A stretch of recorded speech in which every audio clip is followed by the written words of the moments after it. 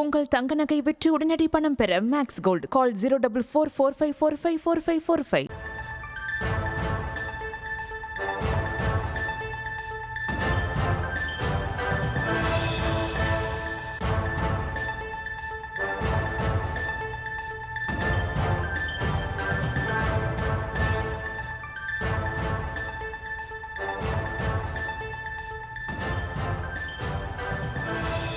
பாமகவின் பொதுக்குழு தொடர்பாக விசாரிப்பதற்காக தன்னை தனியாக வந்து சந்திக்குமாறு நீதிபதி ஆனந்த் வெங்கடேஷ் இன்று மாலை 5:30 மணிக்கு இரு தரப்பினரையும் அழைத்திருந்த நிலையில் ராமதாஸ் நீதிமன்றத்திற்கு வர இயலாது என கூறியதாக அவருடைய வழக்கறிஞர் தகவல் தெரிவித்திருக்கிறார்.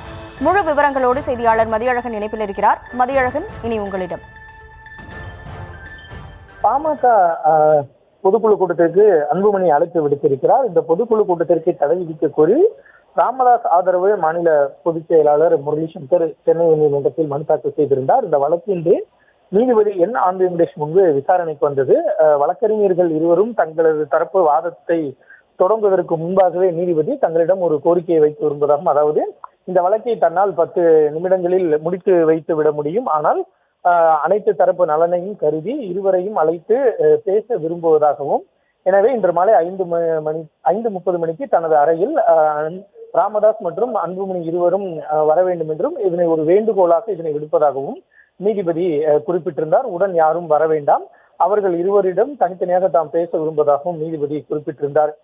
இந்த நிலையில் தற்பொழுது பாமக தரப்பு வழக்கறிஞர் VS கோபு தரப்பில் இருந்து ஒரு தகவல் தெரிவிக்கப்பட்டு இருக்கிறது. அதாவது நீதிபதியினுடைய வேண்டுகோளை ஏற்று ராமதாஸ் அவர்கள் இன்றைய தினம் நீதிமன்றத்திற்கு வரமாட்டார் எனவும், உடல்நலக் குறைவு காரணமாக வர இயலவில்லை என நீதிபதிக்கு கடிதம் தருமாறு தன்னிடம் கேட்டுக் கொண்டுள்ளதாகவும் வழக்கறிஞர் கோபு தகவல் தெரிவித்திருக்கிறார்.